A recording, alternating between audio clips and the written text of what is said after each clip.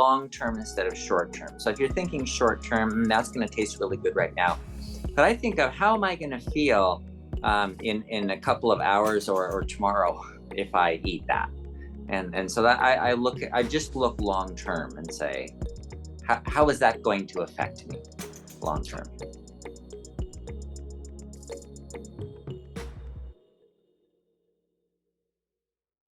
Hello, everyone. Welcome to the Healthy Heart webinar. YouTubers, Facebookers. Is that what you call them? Facebookers? Maybe. Hello and welcome. I'm glad that you guys are here. We are going to be talking about keeping our heart healthy today. What does that mean? How do we have problems with our heart? Where does this come from? We're going to ask Dr. Saunders these tough questions. And he's going to share with us right away, but then we also want to hear from you. So if you have a question, please post those in the Q&A. We would love to hear from you. And we will do our best to get as many of those answered as we can. Yesterday, I think we left with like 30 questions that we hadn't even answered. We were doing a webinar on type 2 diabetes, and oh man, we had great questions from people, and they just kept coming and coming and coming. And so feel free to do that today as well, guys. There is our friend Cheryl. She restarted her computer to see if her volume or her mic changed a little bit. Can you hear me now? Is it better? It is better. Yes, I think. it is better. Awesome. So hello, everyone. My name is Leslie. If this is your first time here, I am one of your hosts, and I have the honor and privilege of hanging out with Cheryl and Dr. Saunders and asking questions, reading your questions. And the favorite part of these webinars for everyone is just learning how to take better care of our health and learning how to be in control of our health. And so that's what we love about having Dr. Saunders here. He is a researcher. He's a medical doctor. He runs a functional medicine clinic. I don't even know. He does all these things. I think every time we get on the webinar, we find out more about him, which is fun. I'll just name a few. Let's play this really fun game. We'll name 3 weird things that we know about Dr. Saunders. Cheryl, let's do this. I'll start. 1. I don't like this game. I think you worked with HBO for a while.Maybe it was like a doctor for HBO. Is that right? Is that how that worked? No, it wasn't HBO. It was Netflix. The other one. Netflix? Yeah. Oh, I don't know why I said HBO. Okay, that's 1. Cheryl, your turn. He worked for the very famous musician. Oh yeah. Several, actually. Yeah, a really big one. Yeah. Who's no longer with us. Let's see. There's a lot of weird things. Not weird. Yeah. How many children? 112. Yeah, it's 13 going on 112. Yeah. It's 13. That's how many it is. Yeah. Plus, all of us are his children too, because we ask him all the questions like children. I'm always like, Dr. Saunders, what should I do about this? Let's see. I gotta think of one more here. I think what did we just learn about you recently? Were you in the military? Yeah, I was in ROTC in college in the Air Force. Yeah. Yeah, that was one that I didn't know. I just learned that one. Yeah. Oh, there's so many guys. Oh, he built his own house with his own hands. Yeah. With these 2 hands. Yeah. Mm-hmm. I subbed out concrete and drywall because I don't like concrete and drywall. Concrete's hard. It is. Actually, here's a fun question. What did you actually originally think you were going to go to school for? When I was a kid, I had my favorite dentist, Dr. Harkis, and I thought I want to do what Dr. Harkis does. So I wanted to be a dentist. Interesting. And then we better not wrap this up. Well, yes, wrap it up. But what are you doing today? Today, I see patients. I saw 2 patients this morning, and then after this, I have 4 more. I see about 1 patient an hour, unless they're new, then I'll see them for an hour and a half, and we discuss things. So, like for example, yesterday, a woman came in who has had breast cancer for 6 years, and she had a biopsy, but she hasn't had any treatment. She's been looking for treatments, but she doesn't want to do like any of the standard therapies for treatment. And so we talked about some tests that she can do and all of that kind of stuff. But then we had a really good conversation on what breast cancer is and why it's there, and why does the immune system allow it to be there, and why does the brain tell the immune system to leave that mass there, even though it's clearly abnormal. Then so we got into, she's actually a psychologist, so we got into the psychology of her cancer and why it's there. And she said, you know what's weird is I talk I talk to people every day. I deal with PTSD, post-traumatic stress disorder, and I tell people about traumas and how it affects the body and stuff like that. But this is the first time I've ever applied after 6 years of having breast cancer, the first time it's ever been applied to me. And I see what I'm doing now. And so she talked about her inner rage and how she's not dealing with it.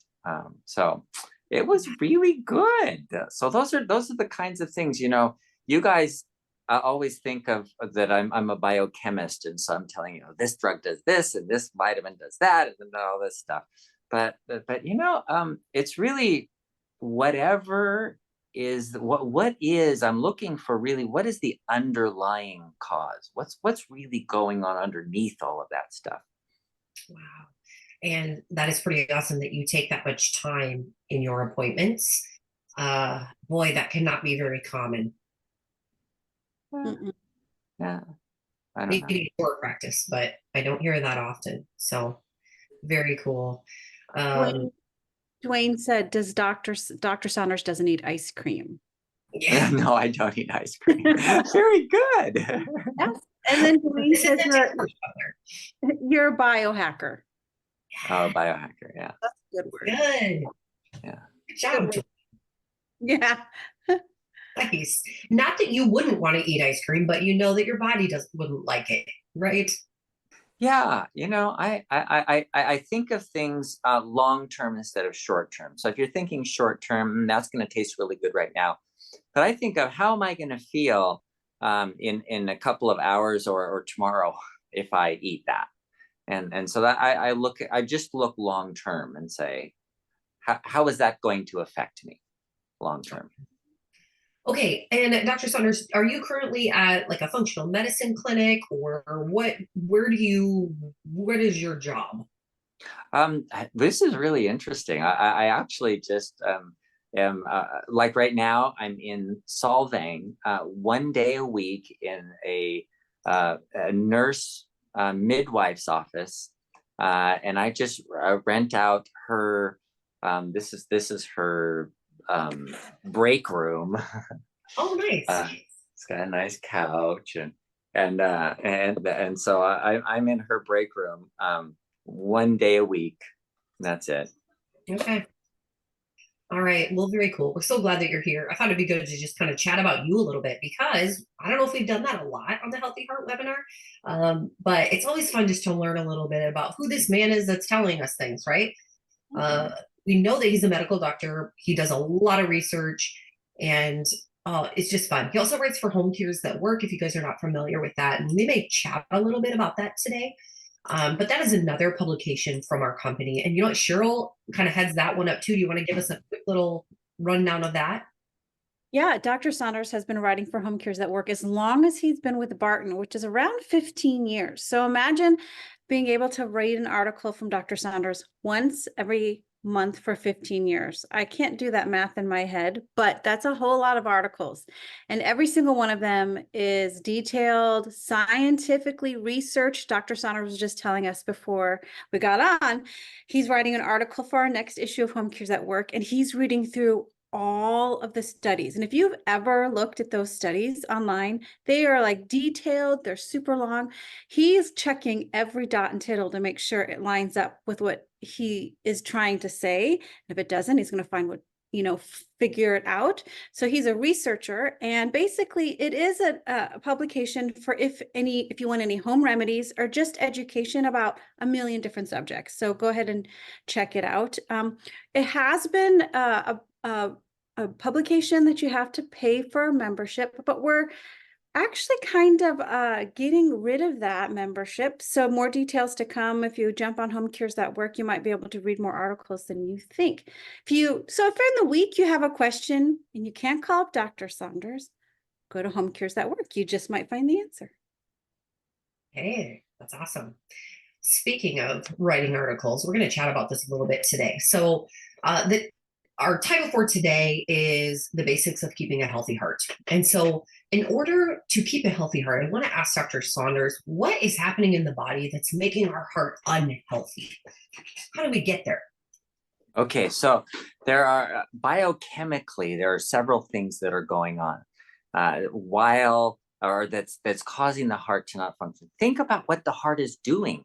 Your heart never gets to rest. It is like beat, beat, beat, beat, right? And at what point does it go, okay, I'm tired. I'm going to have to stop right now just for a little while.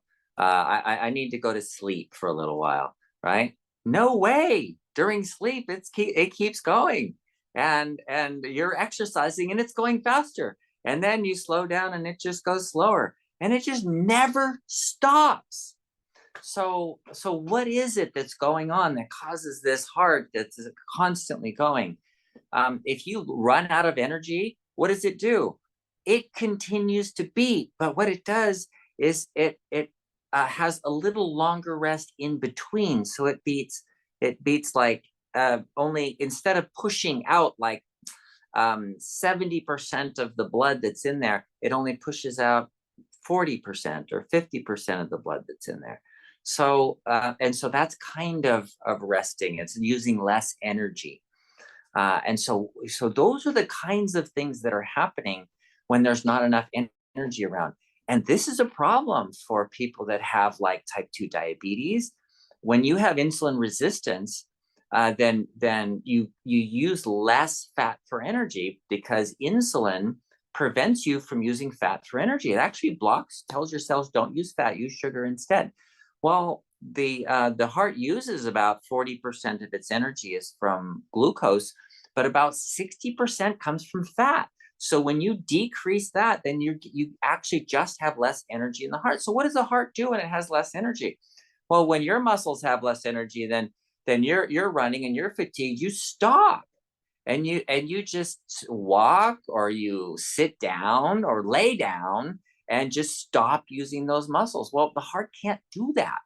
So what it does is it just beats less, because there's less energy. It keeps going, but it just beats less. So it pushes less of the blood out, or you start getting something like arrhythmias, and that means the heart doesn't have a regular rhythm. So instead of just beating very regularly, like one time a second, it goes boom, and then it goes boom, boom, boom, and then it goes boom, and then it's slow, and then there's pauses, and then it goes fast, and then it goes slow.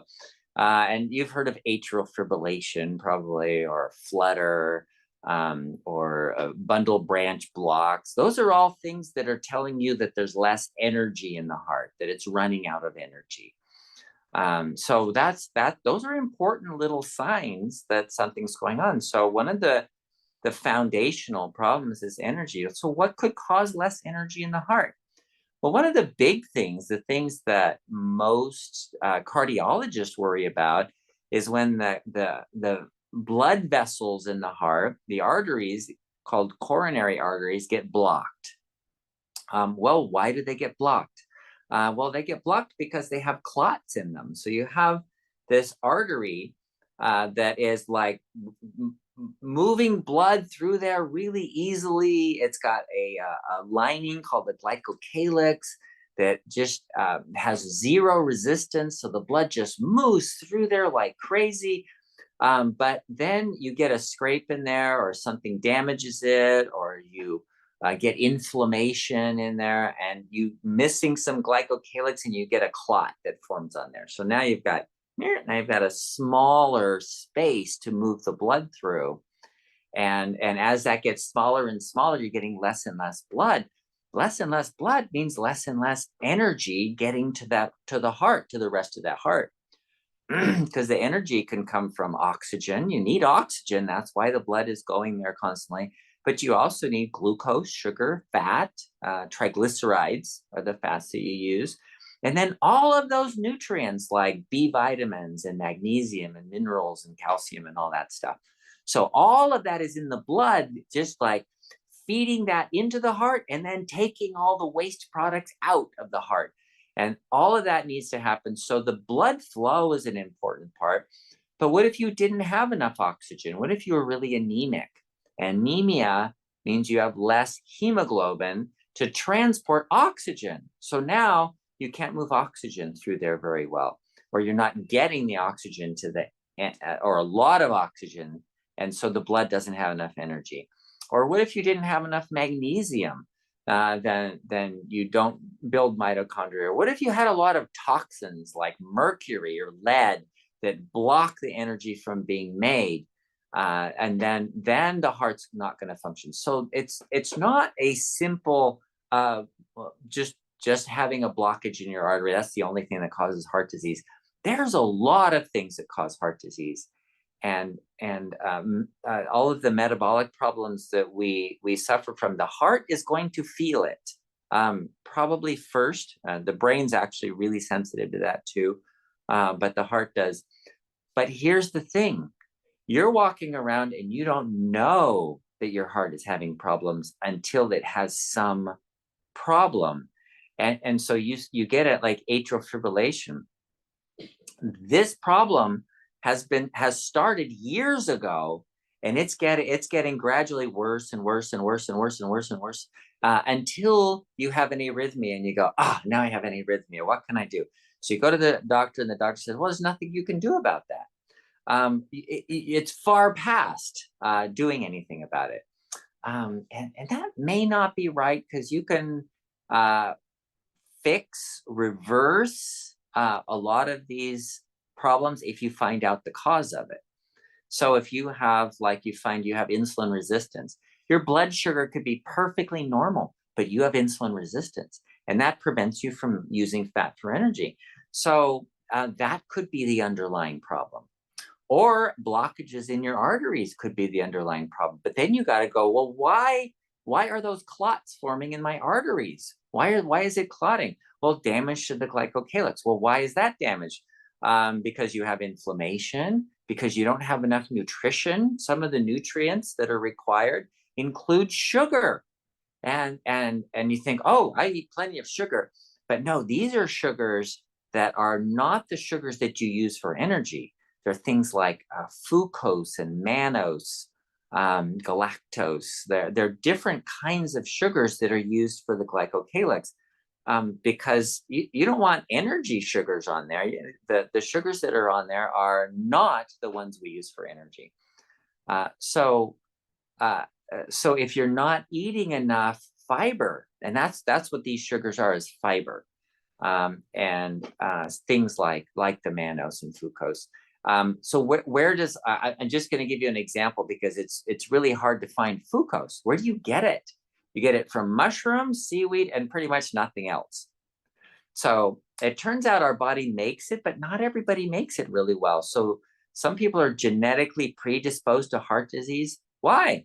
Well, they may not be making enough of those sugars that they need for the glycocalyx.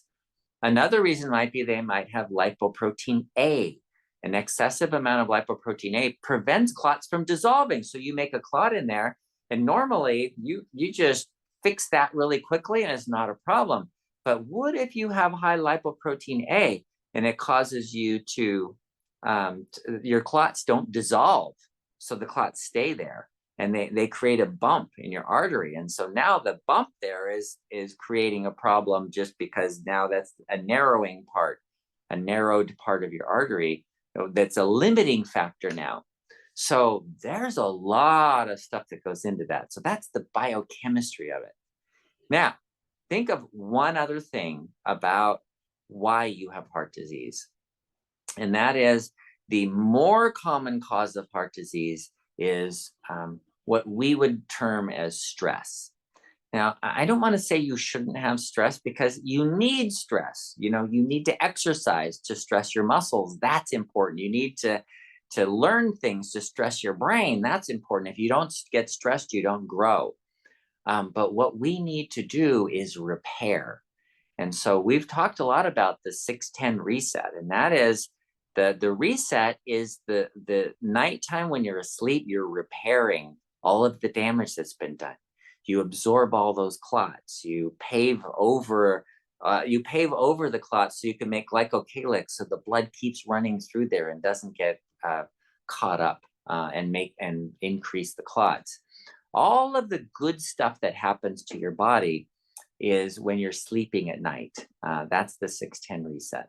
So don't underestimate the stress. It's really important.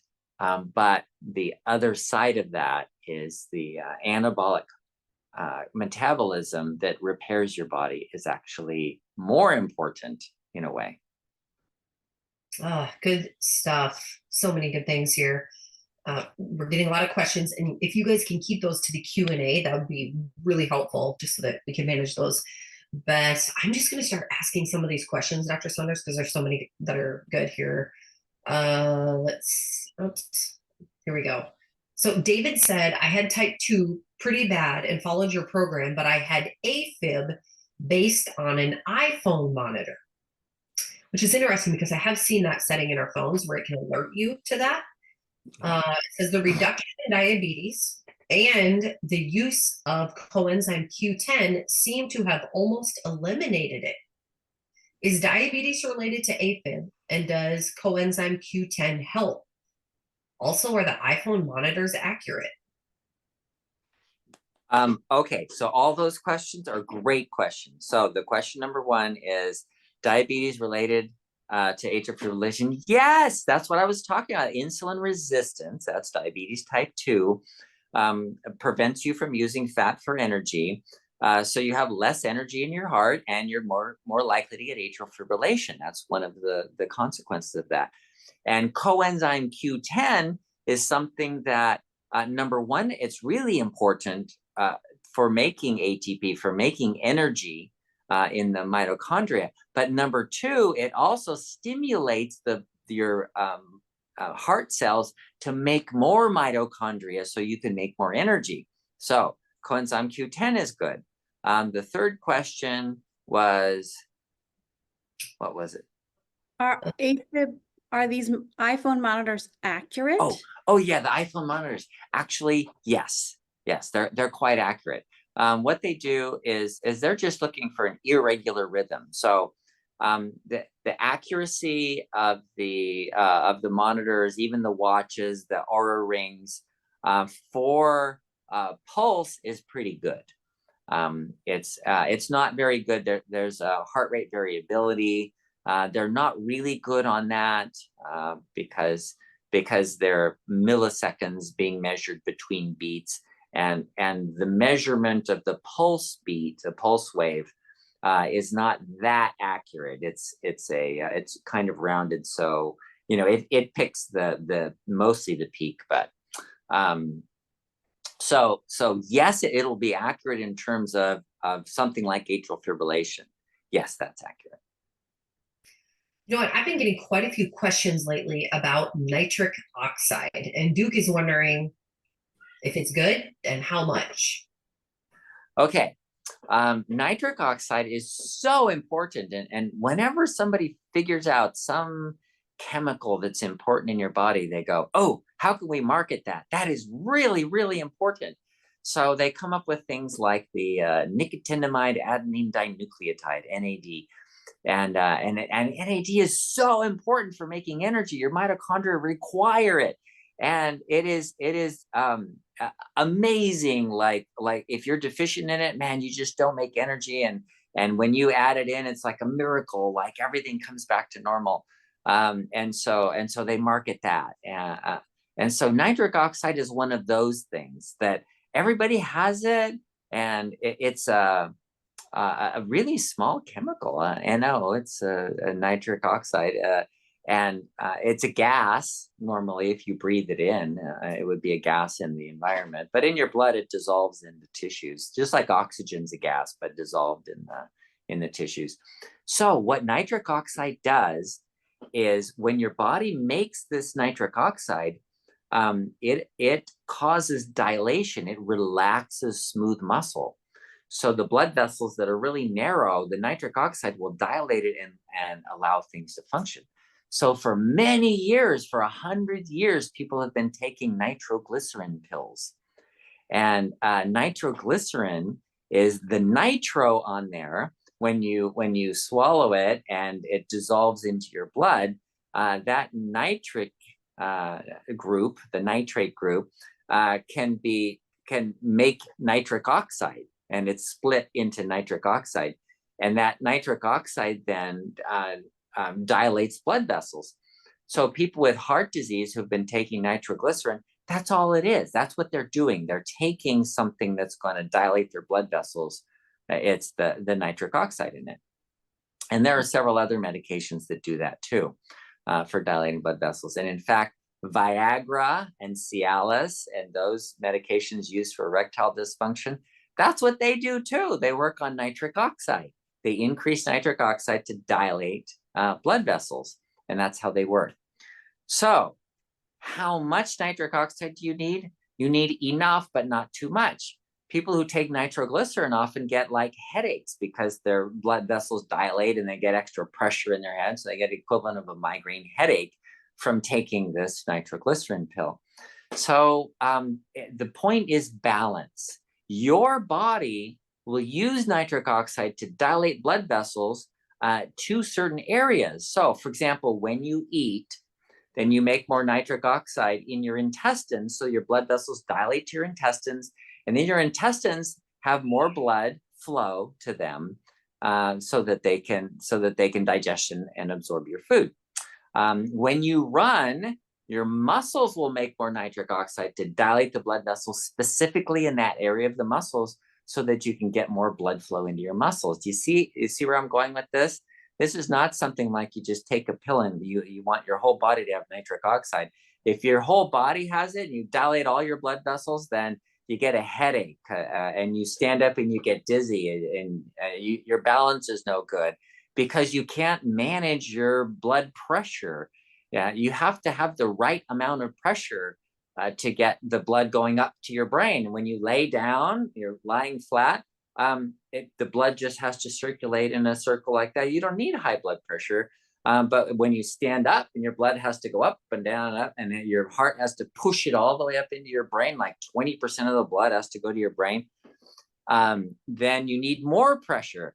So what happens if you dilate all your blood vessels and you stand up? Well, your blood vessels don't constrict and push the blood up to your head. Everything runs down into your feet.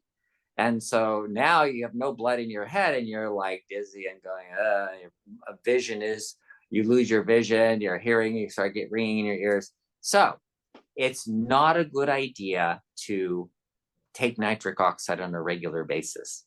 Really what you want is for your body to be able to use nitric oxide well. So there is an amino acid called arginine, and citrulline is another one that's made into arginine.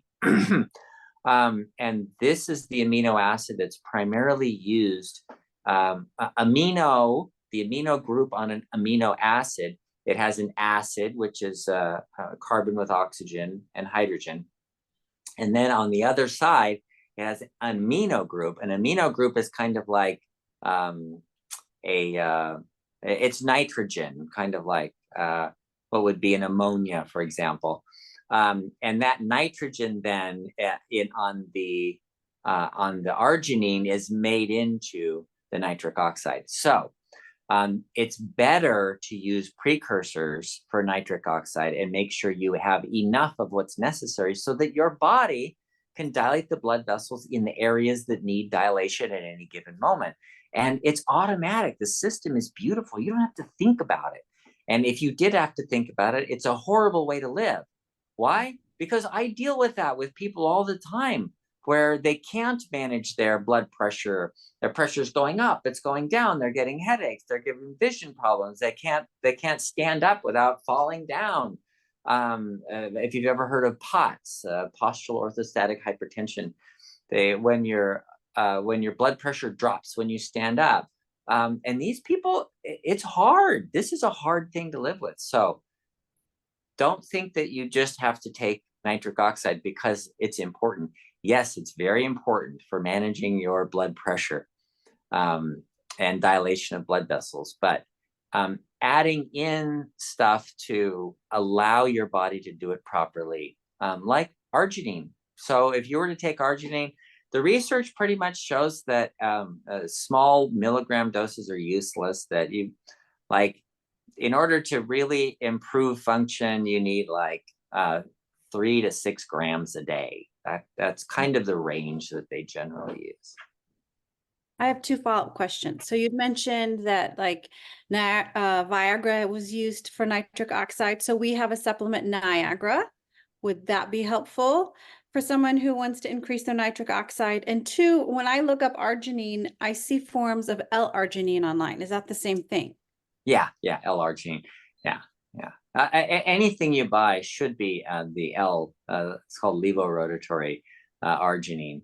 And then your other question is a good one too. The Niagara, and that is actually the purpose of Niagara. And we're in the process of kind of reformulating it so that it can be used for blood pressure, but it does have things in it, including herbs and arginine or citrulline, to allow your body to dilate blood vessels properly. All right. And now Lisa asks a good question. How do you get nutrients in the cellular level if there's inflammation? Oh, wow. Okay. That's kind of important. Inflammation is something that is very damaging to tissues, chronic inflammation, but you have to have it. If you don't have inflammation, then your immune system can't get rid of infections. You can't get rid of cancer cells. You can't get rid of toxins. You can't repair tissues. So the inflammation is signaling to say there's a problem here that needs to be fixed. That's what inflammation is. But what if it's like there all the time, and it's continually making extra inflammation. So the blood vessels are dilated all the time. So it's hot and red and tender and swollen, and there's fluid kind of building up in the area. Well, that excess fluid, for example, as part of the inflammation, prevents nutrients from getting to cells. And that would even be like, an example would be if you've ever seen people that have swollen ankles, and then they get an ulcer on their skin over the swollen ankles. Why is that? Well, because you have so much fluid in there that the oxygen is not diffusing very fast. And so these cells on the outside, the skin cells that have to grow quickly, are dying. And it's just death of those cells because they're not getting enough nutrition. They're not getting enough nutrients, including oxygen and glucose and whatever else they need. So chronic inflammation is a problem for getting nutrition to cells. And the way to deal with that is to get rid of the inflammation. Is really, why is the inflammation there? Is it a chronic infection? Get rid of it, fix the infection. Is it because there's some toxin or something there? Yeah, get rid of that too. Is it because there's some chronic, I don't know, something like people who run marathons have excess inflammation in their muscles sometimes if they don't have times of rest where they can repair all their muscles, because this constant amount of injury, of making oxygen free radicals wears it down. So periods of time of rest. So sometimes just doing like the 6-10 reset and doing anabolic metabolism at night is enough to get rid of some types of chronic inflammation. People who are allergic or sensitive to things will have chronic inflammation as well. So you have to remove those. I had a woman who had arthritis for years, or her joints didn't work. She could barely use her hands, and she went off tomatoes, nightshades, and she got better. She wasn't totally normal, but she could use her hands. She didn't have stiffness anymore. And then she ate a tomato one time, and she said it all came back like overnight. So getting rid of the inflammation is like I went through. It's broad. There's a whole bunch of reasons for it. So finding that would be the number one thing to do. Very good. Good question. Now, let's see. We have some other information questions about nitric oxide, popular subject today. Is pomegranate juice good for it? And what about beets? So I've also seen beets recommended for nitric oxide. Yes, in fact, in the Niagara that you're talking about, we do put beets, and we also put beets in the no, not Niagara. It's in the Healthy Heart formula. Has beets in it for that reason, for dilating blood vessels. So yes, that increases nitric oxide. That's one of the things. There are some herbs that do that. And then what was the other on the beets, and what was the pomegranate the juice? pomegranate? Yeah. I don't know about pomegranate increasing nitric oxide. I don't remember any studies on that. I will tell you my experience on pomegranate. I had a woman who had Crohn's disease, and she found that if she ate a pomegranate every day, she wouldn't have any diarrhea. And it kind of got rid of the inflammation in her intestines. But when the pomegranates went out of season in the wintertime, she couldn't get pomegranates. So she started drinking pomegranate juice, and it did not work. And so I started looking into why doesn't it work? Well, juice is not the same as eating the whole fruit. The fruit has things in it. And once you get a juice, especially if it's bottled or canned or something, then it's going to be heated because they have to sterilize it. And in the process of sterilizing it, they destroy enzymes. And so I don't know what it was in the pomegranate that was helping her inflammation. And so I've seen a lot of the results of pomegranates helping people, but I have not found pomegranate juice to have the same effect. So I don't really put a lot of stock in that. All right. So you also mentioned NAD. How can you test to see if you are low in NAD? You can do the vitamin B3 test. It's a niacin test. The problem with that is it'll give you a range.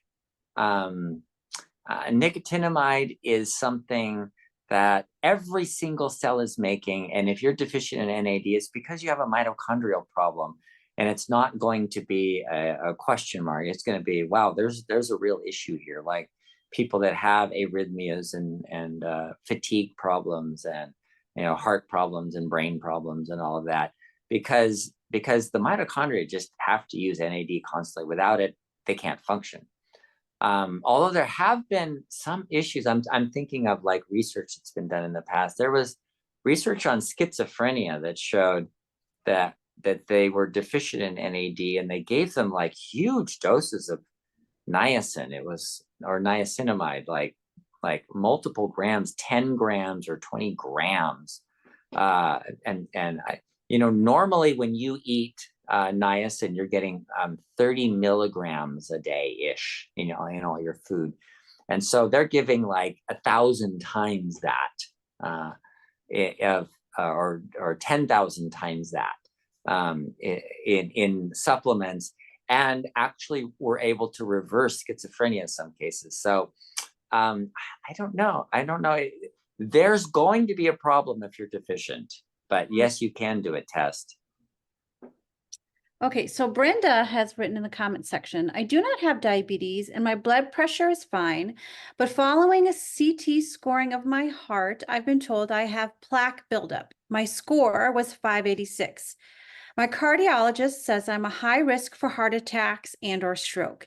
He's wanting me to take statins, but I'm resisting. I do not experience shortness of breath, headaches, etc. What is a good regimen or any alternative you can suggest versus statins? As a follow-up, I'm taking 500 milligrams krill oil and 200 milligrams CoQ10 daily, and I try to eat a high fiber, low fat diet.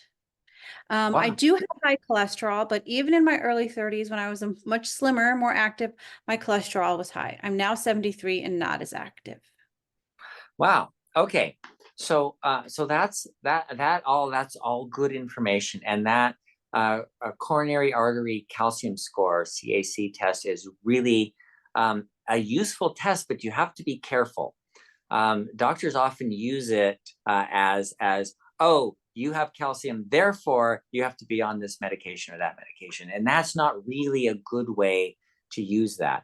The coronary calcium score, look at it as 0, low, medium, high, instead of a number. So as a 70-year-old, 500 is kind of a medium amount. I've had 70 years old that have 2,000, 5,000, 7,000, so it gets up pretty high.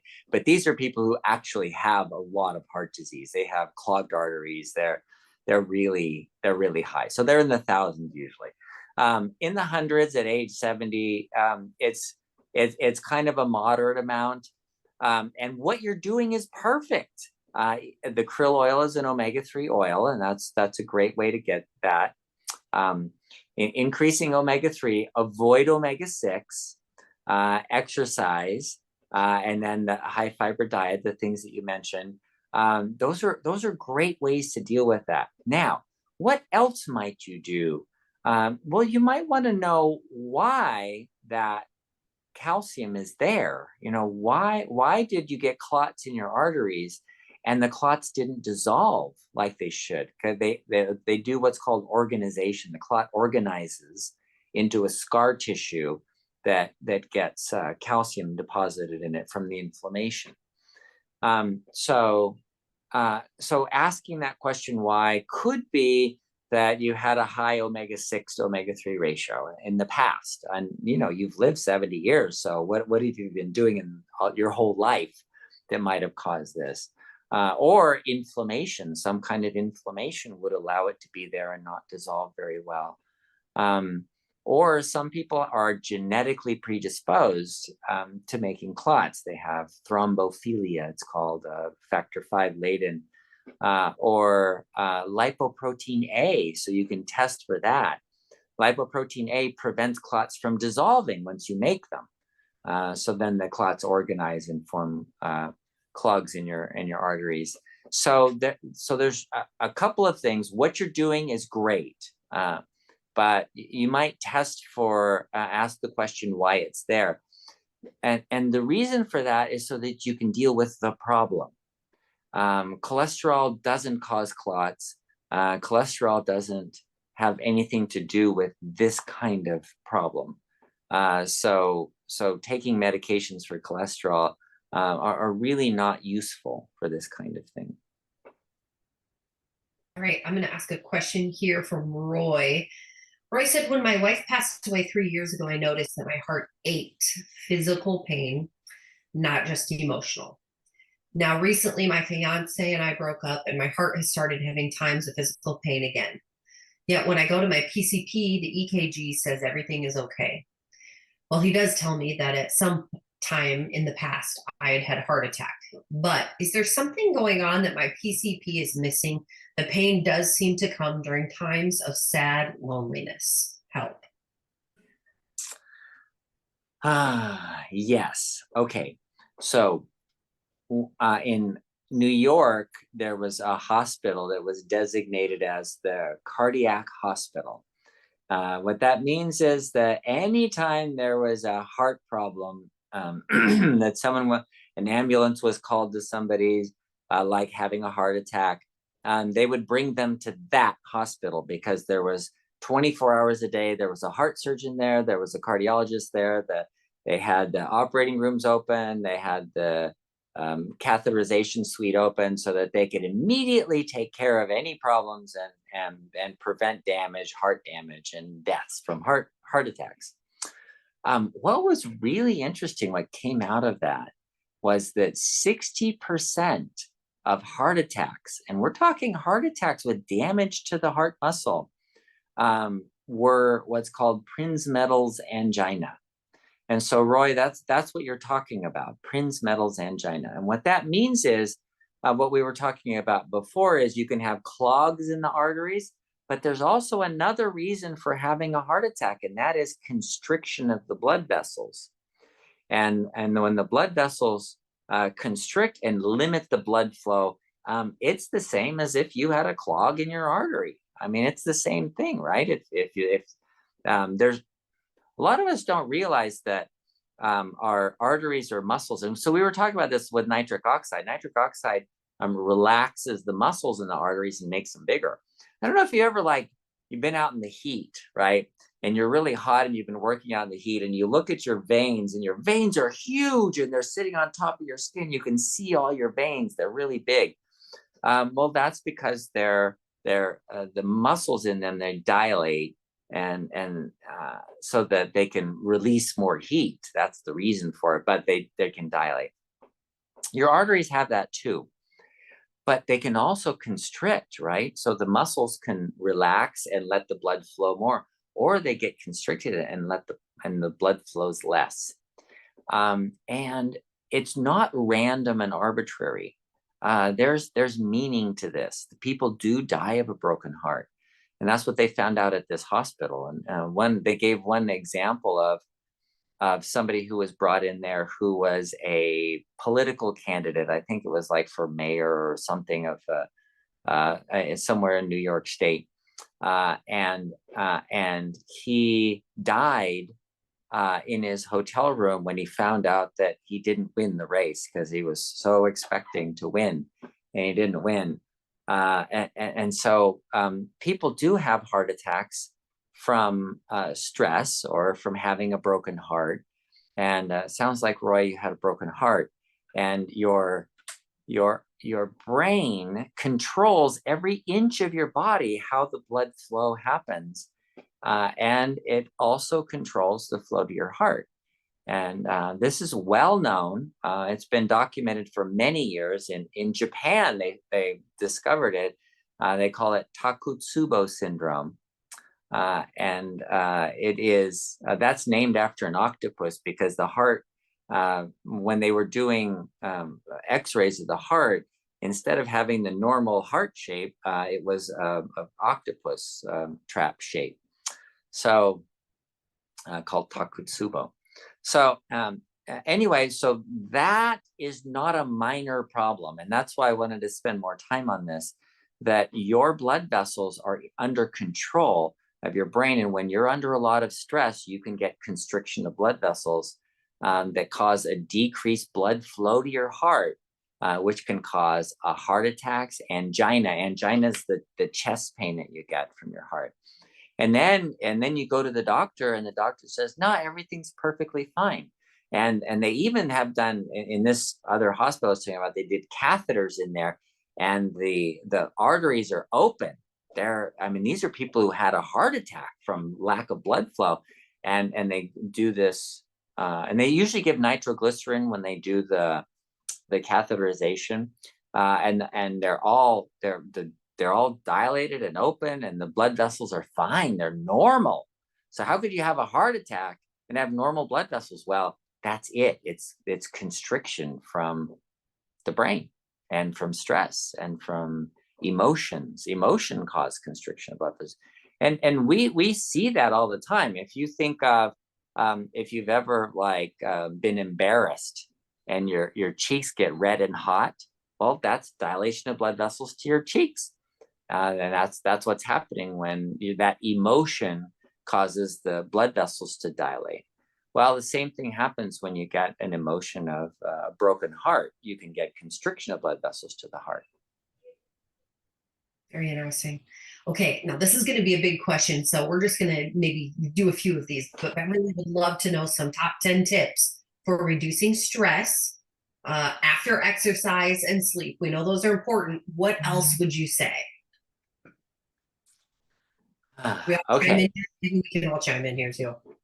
So a good way to look at this is that you need stress. You must be stressed, because if you don't stress your muscles, then they're going to waste away and die. If you don't stress your brain, it literally shrinks. You can actually do an MRI scan and see the shrinkage of the brain in people who are passively entertained for years.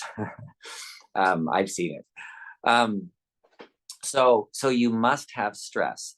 So it's not a matter of avoiding stress. It's a matter of being resilient and being able to manage stress.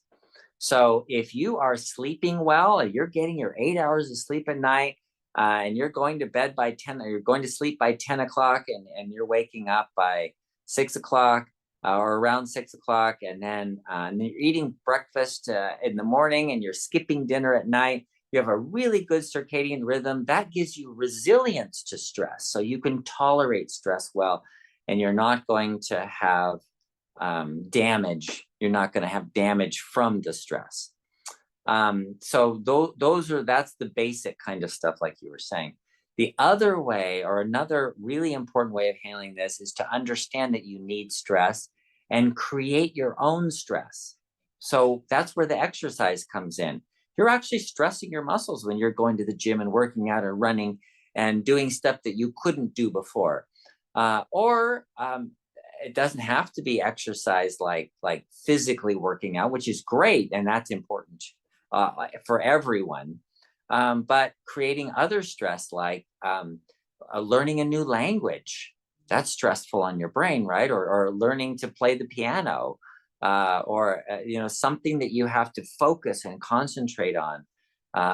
Learning, going to school and getting a degree. There was someone I was reading about the other day who was 80 years old and decided he'd go back to school and get a law degree at the age of 80, and he did, and he actually practiced law for a while. So there's no end to learning, which is something. And consider also the stress of people. People in your life are very important, but it's very stressful to have people around, right? You have children, and you go, oh my gosh, I'm pulling my hair out from my children are doing this and they're doing that. But that kind of stress is something that you manage, and in managing that, the stress of having people around. I was talking with someone who adopted, after her children left, she adopted a child, a teenager. And that was a stressful time, but it turned out really wonderful. So creating your own stress is one way of managing stress, of saying, I am focused, I choose to do this. Because the worst kind of stress you have is something you can't choose, that you have no control over. When you lose control, that's very stressful. So like, your wife divorces you, leaves you for somebody else. You don't have control over that. And so sometimes that's a debilitating kind of stress. Or an injury that you have, like someone crashes into you and you have an injury, and now you're permanently injured because of something somebody else did, who was drunk at the time or something. So you can be very angry about that, or you can accept it and create your own stress. And one of the ways to do that is like physical therapy for the injury that you have, or whatever. Working through it is creating your own stress, and then taking it out of the realm of I have no control over this, to saying I'm going to control what I can and do what I can. Okay, so Charles says, Dr. Saunders, you are amazing. Thank you so much for being there every week. And thanks. Claire says, should I just rely on your Healthy Heart supplement for maintaining a healthy heart? No. That's not what the supplement is for. The supplement is to assist you, is to make sure you have adequate of nutrients in order to repair your heart. So, you know, it has CoQ10 in it so that you can make more mitochondria, you make more energy. It can dilate the blood vessels. It has the beet in it. What's in the healthy heart is to help you. With ashwagandha helps you relax, helps prevent you from having excessive stress hormones. But no, don't rely on that. That's not where it's at. The book is about what to do to reverse heart disease or to improve your heart function. And I would recommend that you go to bartonwebinar.com. Lots of questions about wanting to catch the replay for this. And so if you go to bartonwebinar.com, you'll find a link to our YouTube channel. That's where it'll be posted. So definitely check that out. If you see something that you want to purchase, for example, maybe you want the Healthy Heart Support, or you want the Healthy Heart Solution Kit, you can use code webinar25 and you'll save 25% on those. So what else? I know there are other questions. Let's do this quick. Someone asked about the 610 reset. What is that? We mentioned it a lot. Cheryl, do you know? Yes, the 610 reset is going to bed by 10 a.m. and getting up around 6 a.m. But also we're adding to that, really kind of finish eating before 6 p.m. as well. If not 6 p.m., earlier than that. Did I say that right? No. You said 10 a.m. But if you want to go to 10 p.m. You want to go to sorry. Yes, but otherwise you had that right. So you stop eating by 6 so that you go to bed at 10 p.m. with an empty stomach. And then wake up roughly around 6 a.m. too. Yeah. And lots of questions about people are always asking, okay, so should I fast in the morning as well? What's the reason that you're not a big fan of that? Okay, so circadian rhythm research, this is actually really important. When you, this research has been done like in detail. When you wake up in the morning, you make cortisol. Cortisol turns on everything. It turns on a whole bunch of genes, including like your liver, so that when you eat, all of the food, all of the nutrients that you absorb have to go through your liver before they can get to the rest of your body. If you eat in the morning, then you have all of those enzymes. The liver's like working overtime because the cortisol level's high. It turns everything on. Everything is turned on, all the switches are turned on, and you're ready to go. And your digestive system is ready to go. You can make the enzymes you need, and you can process the proteins and the fats and everything really well in the morning. But if you notice the circadian rhythm, the cortisol drops down by 4 o'clock in the afternoon. It's pretty low. By 6, it's really low. And by 10, you don't have any cortisol at all, or you should not have any at all on a normal circadian rhythm. And what does that mean? It means that all the switches are shut off.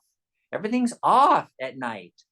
So you eat in the morning because that's when everything is turned on. That's when everything is ready to go. You can process, digest, absorb, and use your food well.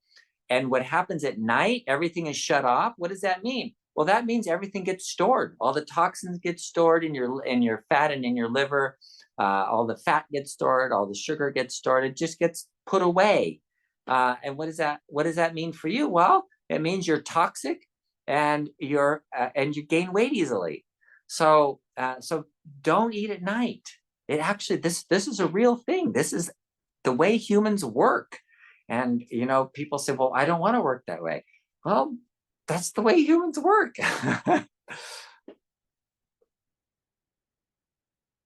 You're muted.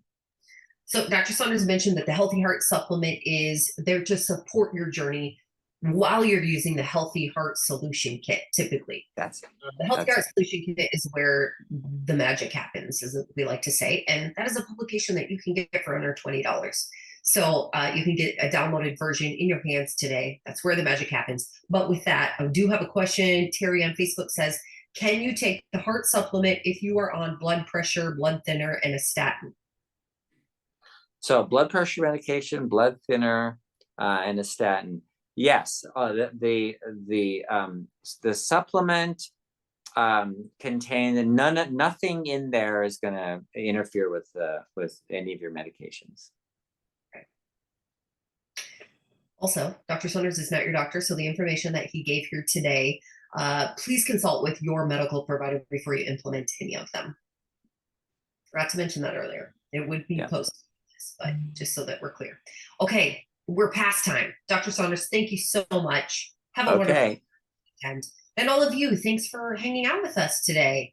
This was a great webinar. I know there's some questions probably we didn't get to. Anything that you saw, Cheryl, that we could answer? Oh gosh, there were such good questions today. 6:10 reset, is that the standard time or daylight savings time? It's whatever your time zone you're in.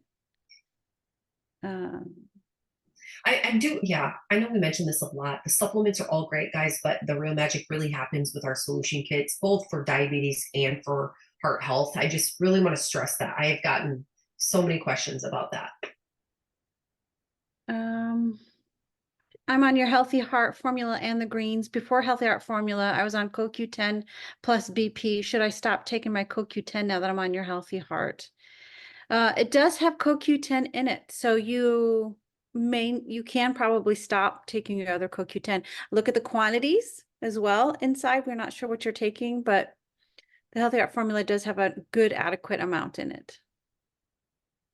I don't have that in front of me. I have our new supplement, Eagle Eye Vision.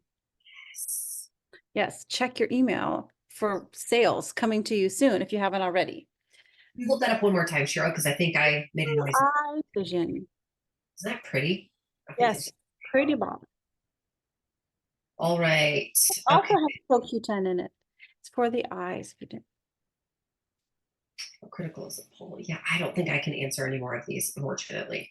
So next week, guys, thank you so much. Let's see. Brenda is setting an alarm to remind me of your webinars. That is wonderful. And here's the thing, guys. If you, once you've registered for this free webinar, you will get a reminder 24 hours in advance, and then 1 hour before the webinar, you will get emailed. But if you're like me and your emails just kind of always come, it's good to set the reminder another way. Set an alarm or however you would like to do it.